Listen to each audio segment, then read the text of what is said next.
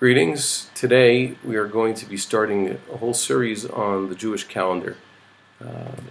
This series will be given in English, although it was originally intended for a Hebrew audience. You can find whichever for those who are interested, I'll be able to tell you the educational institution where you can find the Hebrew version. And let's just get started.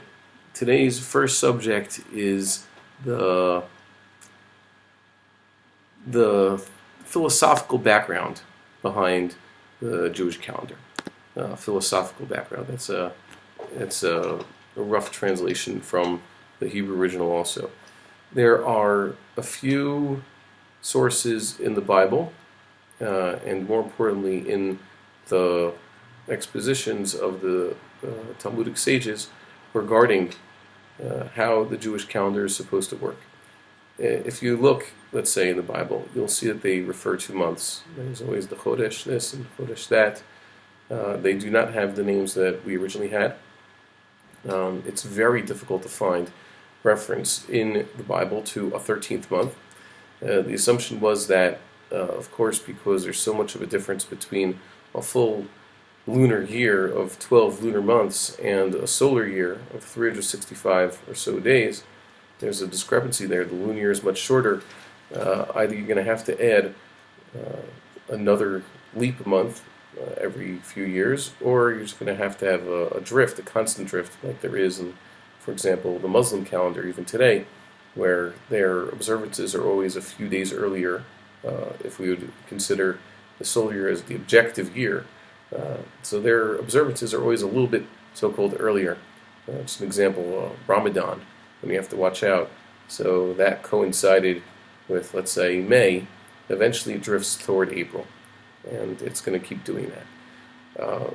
Our calendar does not do that, or at least does not do that to any noticeable extent, according to the professors.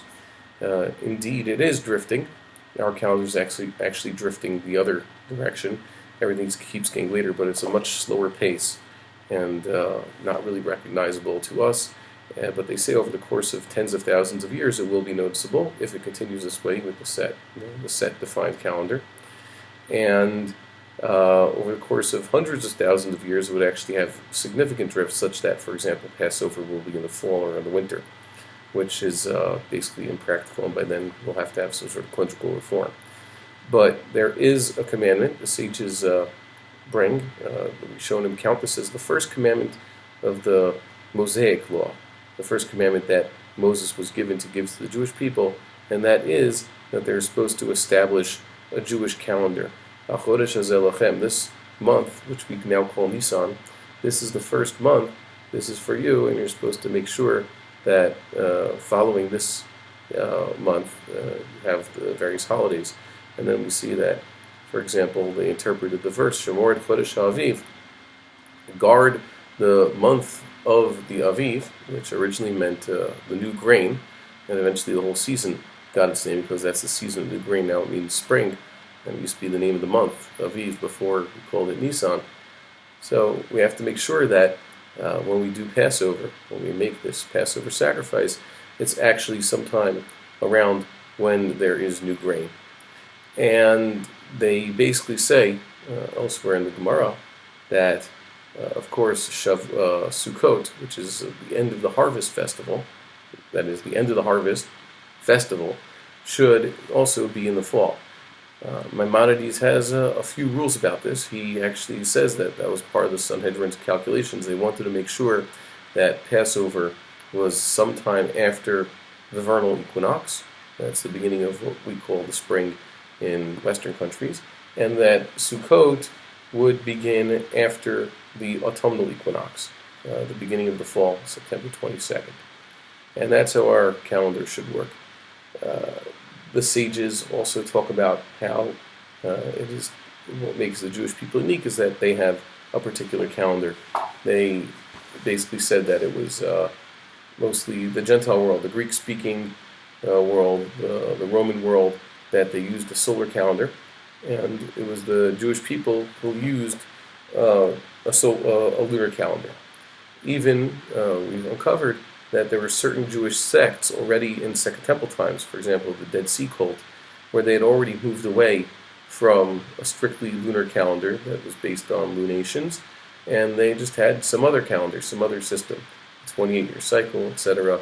They had their own calendar, which is certainly not in use today, but if you go to the Shrine of the Book, other places you can read about their crazy calendar.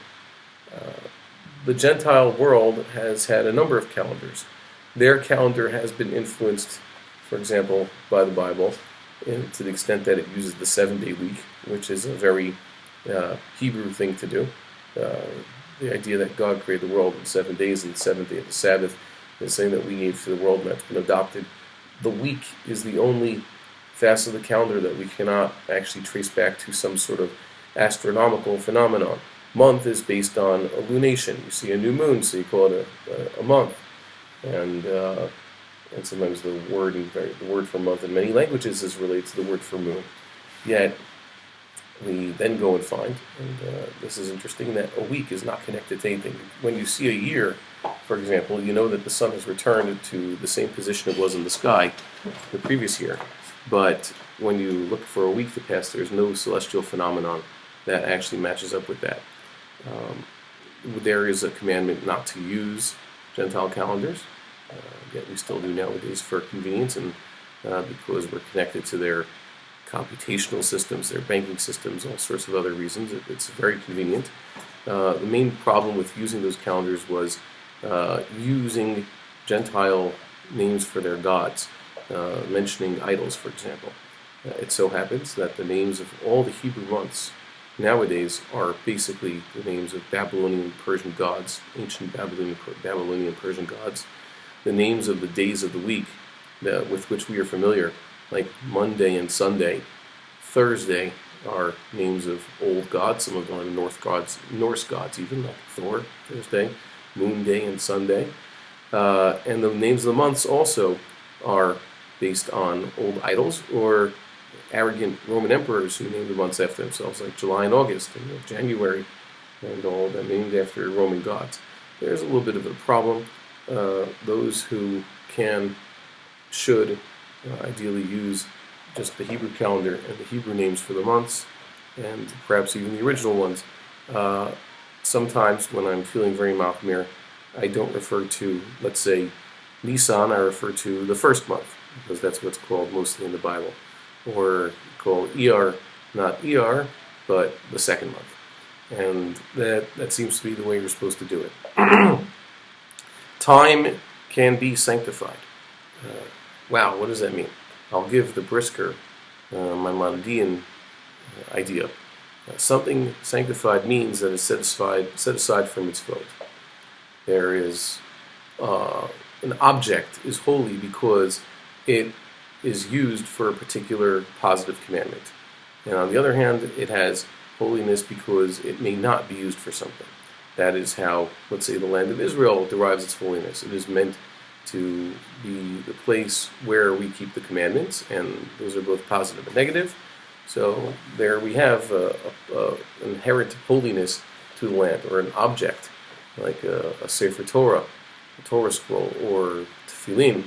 Those have inherent holiness because they are used for the performance of a commandment. They're dedicated to a commandment.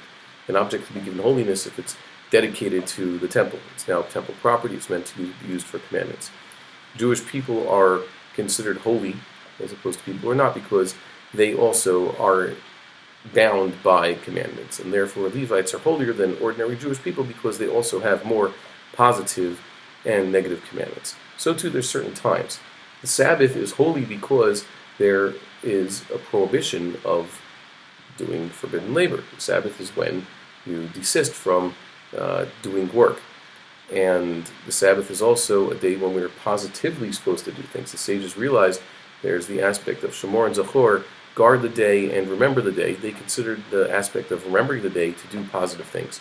And the Torah left it to them to explain to us what that meant. For example, the performance of the act of Kiddush, literally translated as a sacrament or sanctification. That's when we recite the blessing over the cup of wine, or to eat the Sabbath meals. Those are the positive commandments. And there are other times that are even more sanctified. The Sabbath happens. It's every seventh day. That's built into creation. And even if we would not accept the Sabbath or recite the Kiddush, if a person wakes up on a Saturday morning, he cannot perform forbidden labor. It's inherently the Sabbath. So that's sanctified time. The calendar, according to the sages, gives us the ability to sanctify time. It is up to the Jewish people and their legal representatives, the court, the authorities, to determine when Rosh Chodesh, the beginning of the month, is for every month, and thus they are determining when the Jewish holidays are. And the Jewish holidays are basically types of Sabbaths. When the Beit Din decides, oh, today is the first of Nisan, what they're saying is that in 2 weeks' time, on the same day of the week, it will be the first day of Passover, and that's a day that is thereby sanctified. Sanctified because in the temple they will be bringing extra sacrifices. That's a positive commandment. The Jews will be fulfilling the commandments of the day, for example, eating the matzah and the Korban Pesach the day before. They also will be desisting from performing certain forbidden labors just like they would on an ordinary Sabbath. And that is what means the time is sanctified. And the sages instituted this in the blessing. They say that God sanctifies the Sabbath, but God sanctifies Israel, and they sanctify the seasons. The Yerushalmi version, by the way, is that God sanctifies Israel and the Sabbath also, that there is a certain respect that even the Sabbath itself derives its sanctity from the fact that the Jewish people keep the Sabbath. And that is the idea of sanctifying time. Time is holy. And that's also an idea, and with this we'll close, that sometimes you have to treat your time like it is holy, even if it is not, let's say, a Sabbath. Today is a weekday. Today could be the second day of the week. In Hebrew, they still refer to the days of the week, once again, not according to those pagan names like Monday. They call it Yom Sheni, which is the second day. And that's what they do also in other languages like Arabic. They don't refer to false gods. So we even take part of Monday, and when we dedicate it to our set time for Torah study, we are sanctifying that time. When we have a set time for prayer, we are also sanctifying the time. And this should not be taken lightly. If only a person would be able to sanctify all his time and realize that, yes, there is a calendar with set days and there's Sabbaths and holidays, etc., but time is waiting to be sanctified. There's all the time in the world that we could make the holiest time if we would just put our minds to it. And next time, the next part of the series, we'll pick up on some basic astronomical phenomenon that determine our calendar.